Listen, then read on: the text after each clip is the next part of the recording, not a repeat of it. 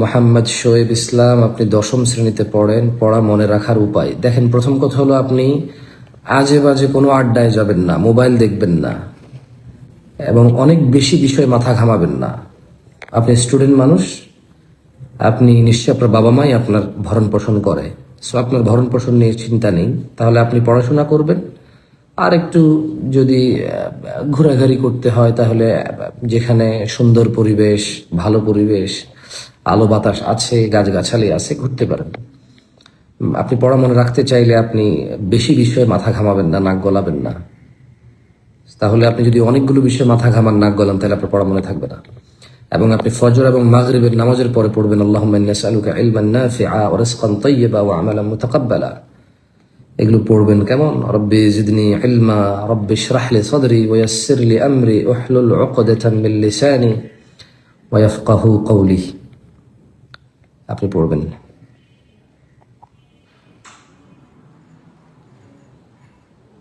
আহ,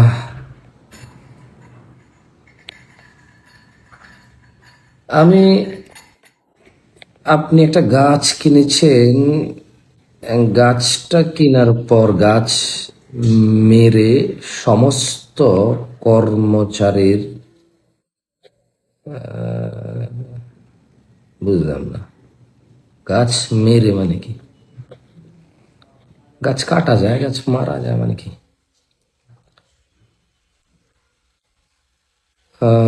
লা ইলাহা ইল্লাল্লাহ। No, এইভাবে।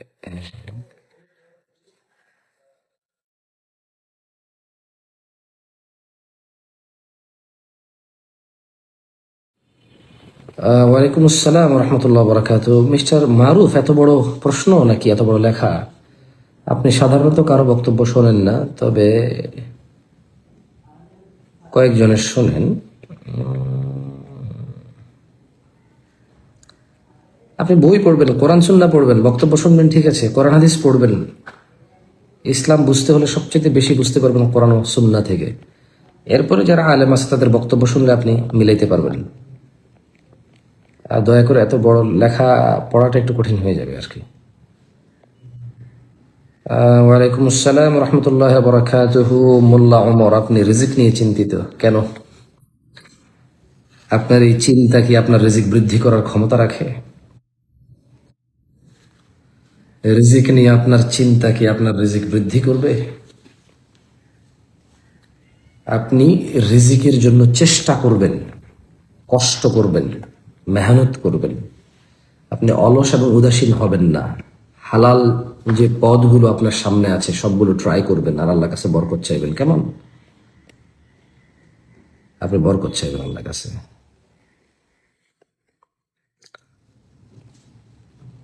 যে কোনো গুনাহকে গুনাহ মনে হচ্ছে না মিস্টার মিরাজ। লা হাওলা ওয়ালা কুওয়াতা ইল্লা বিল্লাহ। তাহলে অন্তর মরে গেছে এবং অন্তরে জং ধরা আছে। আপনি কোরআন তর্জুমা সহ পড়েন, তর্জুমা সহ কোরআন পড়েন, দেখবেন আপনার অন্তরের জং কেটে যাবে। ট্রাস্ট মি, কোরআন এমন ইলম, এমন জ্ঞান যেটা মানুষের হৃদয়কে পরিষ্কার পরিচ্ছন্ন করে।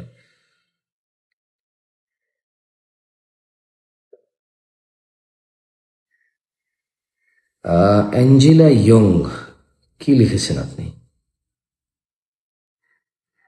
ওয়ালাইকুম আসসালাম রহমতুল্লাহ বরাকাতুহু। সুবহানাল্লাহ। মিস্টার ইকরাম, জাযাকাল্লাহ খায়ের। আলহামদুলিল্লাহ ভালো আছি। মিস্টার রিওয়েল হোসেন, ধর্মে কি মিলাদ কায়েম জায়েজ হবে? জায়েজ হওয়ার জন্য কোরআন সুন্নাহ থেকে দলিল থাকতে হবে, আদারওয়াইজ বিদআহ। কোনো কাজ যেটা নেকি মনে করে করা হয়, সওয়াব মনে করে করা হয়, সওয়াবের হিসাব করা হয়, সেটা কোরআন সুন্নাহ থেকে সাব্যস্ত না থাকলে সেটাকে বিদআত বলে গণ্য হবে। এটা মিলাদ কিয়াম বলে কথা না। পৃথিবীর যে কোনো ইবাদত যদি কোরআন ও সহিহ সুন্নায় সাব্যস্ত না থাকে, তাহলে এগুলো বিদআত হবে।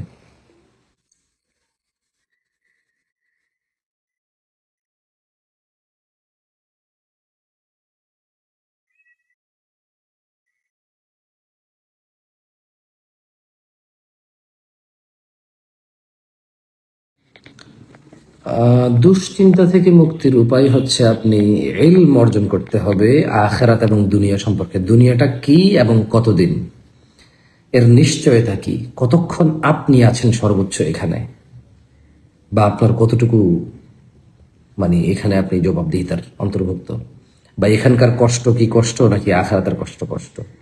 দুশ্চিন্তা থেকে মুক্ত হওয়ার একমাত্র উপায় হচ্ছে আপনি আখিরাত সম্পর্কে গভীর জ্ঞান অর্জন করবেন। তখন আপনি ডিসিশন নিতে পারবেন নিজের যে অবস্থান পার করতেছেন আখিরাতে কি অবস্থান হতে পারে। সো তখন আপনি ডিসিশন নিতে পারবেন। দুশ্চিন্তা থেকে মুক্ত হওয়ার একমাত্র উপায় আল্লাহ সুবহানাহু ওয়া তাআলার কাছে নিজেকে আত্মসমর্পণ করে দেওয়া, আর এই পৃথিবীর ক্ষণস্থায়ী সম্পর্কে জ্ঞান অর্জন করা, আখিরাতের চিরস্থায়ী সম্পর্কে জ্ঞান অর্জন করা। পৃথিবী কর্মের জায়গা, ফলাফলের জায়গা না, এখানে মানুষ রেজাল্ট পাবে না। সো এই বিষয়গুলো জানতে হবে আপনাকে।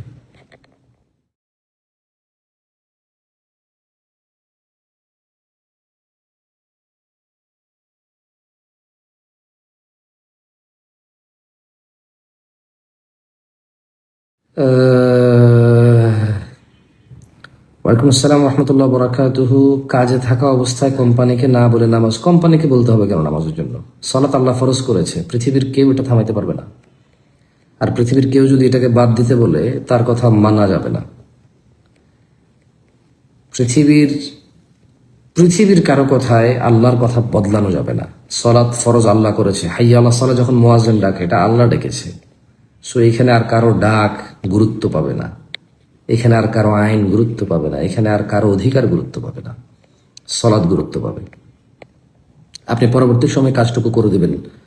সলাৎ পড়তে আসে যে সময়টুকু আপনি কাজের ঘাটতি ঘটেছে, সলাতের পরে ওই কাজের ঘাটতিটুকু আপনি পূরণ করে দেবেন, শেষ।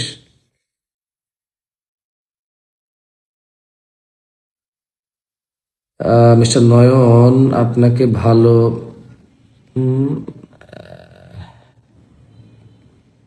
ও আচ্ছা, বুঝতে পেরেছি। সুবহানাল্লাহ। জি আলহামদুলিল্লাহ মিস্টার মিয়াজি, ভালো আছি আলহামদুলিল্লাহ। একটা সুন্দর আমলের কথা হচ্ছে বেশি বেশি ইস্তেগফার করবেন, বুঝে শুনে করবেন। আপনি যে অপরাধগুলোতে লিপ্ত ছিলেন বা আছেন এগুলো থেকে বের হওয়ার চেষ্টা করবেন এবং ইতস্ততা সহ আল্লাহর কাছে ইস্তেগফার করবেন, তাওবা করবেন, ক্ষমা চাইবেন। অন্তর আপনি লিখেছেন স্বামী ভাত কাপড় দেয় না, কি করা যায়? ভাত কাপড় দেয় না বলতে মানে কি আপনি কি না খেয়ে বেঁচে আছেন? ঠিক আছে, হয়তো আপনার স্বামীর তৌফিক অনুযায়ী দেয় না, নাকি তার কাছে নাই সেই জন্য সে, একটা হলো দেয় না, একটা হলো দিতে পারে না। কোনটা? দেয় না মানে হচ্ছে তার কাছে আসে সে দেয় না, একটা হলো তার কাছে নেই সে দিতে পারছে না, he is not able to do so. কোনটা?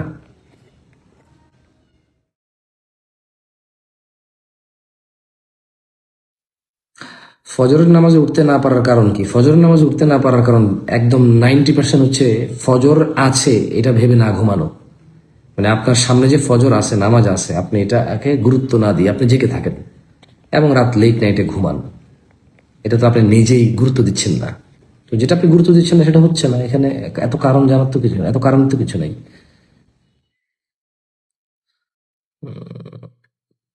ওয়ালাইকুম আসসালাম। আপনি কৃষি কাজ করেন, মানুষের বদনজর লাগে, ফজর নামাজের পর আয়াতুল কুরসি পড়বেন, আউযু বিকালিমাতিল্লাহি তাম্মাতি মিন শাররি মা খালাক পড়বেন, মাগরিবের পর আবার পড়বেন, কোনো বদনজর লাগবে না। এরপরে যদি আপনি কোনো অসুস্থ থাকেন ডাক্তার দেখাবেন। আর আপনি কিভাবে নিশ্চিত যে বদনজর লেগেছে? ডাক্তার দেখাবেন। আপনি প্রত্যেক নামাজের পর আয়াতুল কুরসি পড়বেন, মাগরিব ফজরের পরে আপনি অবশ্যই আয়াতুল কুরসি এবং আউযু বিকালিমাতিল্লাহি তাম্মাতি মিন শাররি মা খালাক, সূরা ইখলাস, ফালাক, নাস পড়বেন। তাইলে যদি কোনো বদনজর কুনজর থাকেও সেগুলো চলে যাবে, ইনশাআল্লাহ থাকতে পারবে না, সেগুলো কেটে যাবে। বিসমিল্লাহ রহমান রহিম। ভাই এটা ডান হাত, এটা সামনের ফ্রন্ট ক্যামেরাতে বাম হাতের মতো মনে হয়, কেমন?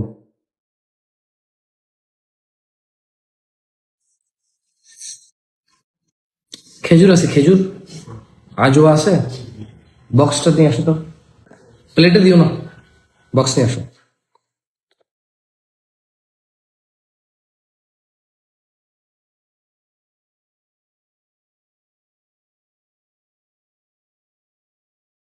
ওয়ালাইকুম আসসালাম ফাতেমা মিম। ওয়ালাইকুম আসসালাম আহমেদ সিয়াম।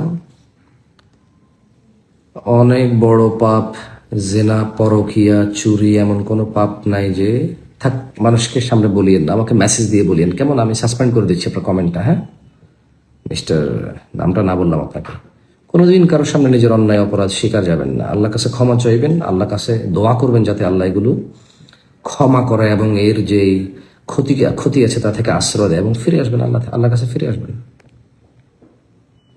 এমন গুরুত্বপূর্ণ কোনো বিষয় জানার থাকলে মেসেজ করবেন, কমেন্টসে বলার দরকার নেই।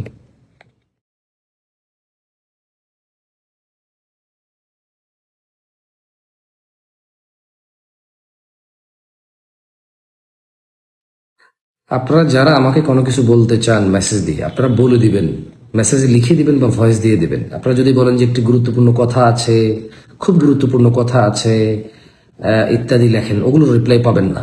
কারণ গুরুত্বপূর্ণ কথা আছে বলেছেন, বলেন নাই তো, বললেন আমি কিছু বলতাম। এমনি ইমন সাহেব, অল্প বয়সে নিজেকে গুনাহ থেকে বিরত রাখার কৌশল হলো বেশি বেশি নফল রোজা রাখা, কোরআনুল কারীমের তেলাওয়াত করা, অর্থ সহ বুঝে পড়া, বেশি বেশি হারাম ও হালাল সম্পর্কে জ্ঞান অর্জন করা। আরো অনেকগুলো মাধ্যম থাকতে পারে, but you can try these at first.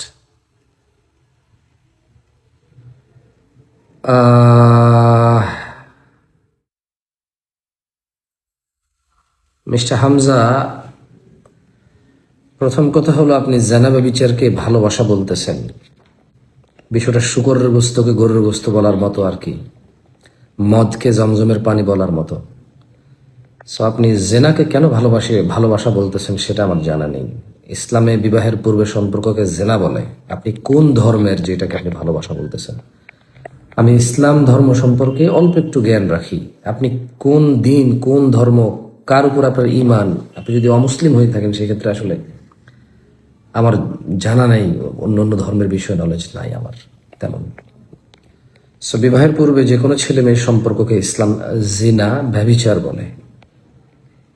এখন কোন ধর্মে ভালোবাসা বলে সেটা আমার জানা নাই।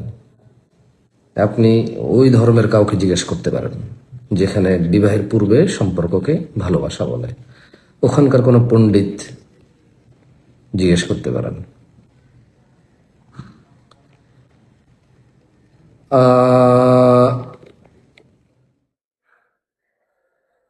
ওয়ালাইকুম আসসালাম রহমতুল্লাহ বারাকাতুহু।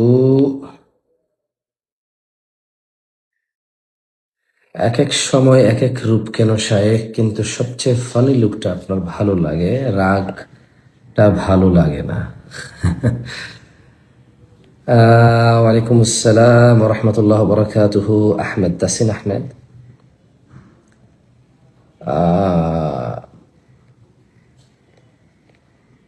একটা কমেন্ট একবার করলে মানে আপনার কমেন্টস হয়তো আমি পড়তেছি, পড়ে হয়তো আমি এটার রিপ্লাই দেওয়ার মানে প্রয়োজন বোধ করছি না, অথবা আমি জানি না রিপ্লাই, এটা বুঝে নিতে হবে আপনি।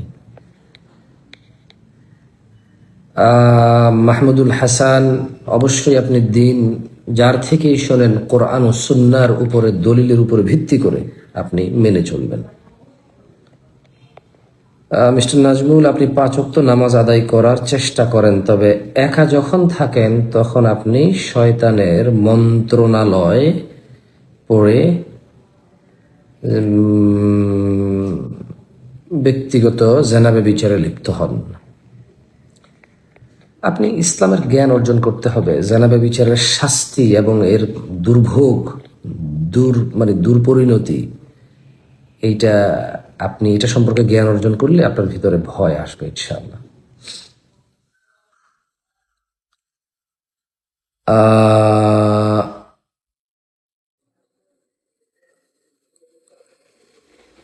ওয়ালাইকুম আসসালাম মিস্টার রাশেদুল, আপনি বলছেন যে নফসের গোলাম হয়েছেন অশ্লীলতা থেকে বের হতে। প্রায় মানুষ অপরাধের সাথে লিপ্ত, যে আপনাকে রিপ্লাই দিচ্ছে আর যাকে রিপ্লাই দিচ্ছে সবাই, আল্লাহ ক্ষমা করুক সবাইকে। এটা আল্লাহর কাছে তৌফিক চাইতে হবে, বেশি বেশি ভালো মানুষদের সাথে চলাফেরা করতে হবে, বেশি বেশি জ্ঞান অর্জন করতে হবে। নিশ্চয়ই জ্ঞানীরাই আল্লাহকে ভয় পায়। যে আল্লাহ সম্পর্কে যত বেশি জ্ঞান অর্জন করবে সে তত বেশি আল্লাহকে মেনে চলতে পারবে। নির্বোধ আর জাহেল, অজ্ঞ মূর্খরা মেনে চলতে পারবে না, টিকবে না। রাস্তা, সেই রাস্তা থেকে ছিটকে যাবে।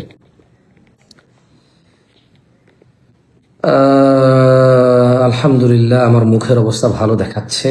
আলহামদুলিল্লাহ, আলহামদুলিল্লাহ। জি, ফুলা কমে গেছে, আলহামদুলিল্লাহ। আহ, মৌমাছির কামড় নিয়ে কিছু বলেন না। মৌমাছির কামড় আমি আগেও খাইছি, আলহামদুলিল্লাহ, বাংলাদেশেও খাইছি অনেক, কিন্তু মুখের মধ্যে এই প্রথম খাইছি। বিষয়টা হচ্ছে, আমি যখন গাড়ি থেকে নেমে জাস্ট এখনো মৌমাছির বাসাগুলো ওপেনও করি নাই, সুবহানাল্লাহ, নামছি 1 মিনিট বা 1.5 মিনিটের মাথায় থেকে এসে একটা মৌমাছি সোজা এইখানটায় বসছে। এই যে দাগটা দেখতে পাচ্ছেন মনে হয় না এখন, আমি জানি না দেখা যাচ্ছে কিনা, হালকা ব্যথা এখনো আছে এখানে। এইখানে একটা কামড় দিয়ে দিছে। তাই আমি ভাবছি ঠিক আছে, রেগুলার তো কামড়, সবসময় মৌমাছি কামড় টামড় দেয়, হয়তো সমস্যা হবে না। কিন্তু সুবহানাল্লাহ, মানে রাত বের হয়ে সকাল হতে হতে দেখি যে চেহারা একদম ফুলে গেছে। আলহামদুলিল্লাহ, আমি জানতাম ঠিক হয়ে যাবে ইনশাআল্লাহ। আলহামদুলিল্লাহ, আল্লাহর প্রশংসা। আলহামদুলিল্লাহ, আল্লাহ সহজ করেছে। ফুলা টুলা কমে গেছে আলহামদুলিল্লাহ। 4-5 দিন সময় লাগছে, ফুলা কমে গেছে। হাব্বাকাল্লাযী আহবাবতানি, মিস্টার তারেক আহমেদ। কোরআন মাজিদে স্পষ্ট করে কোনো ওয়াদা করাকে পরবর্তী নাকি তওবা করবে নাকি কাফারা দিতে হবে? আল্লাহর নামে শপথ করলে কোনো এই শপথ ভাঙাতে কল্যাণ থাকলে ভাঙবে, কাফারা দেবে, ভেঙে ফেলবে, ইস্তেগফার করবে, তওবা করবে, কাফারা দেবে, সবই করবে।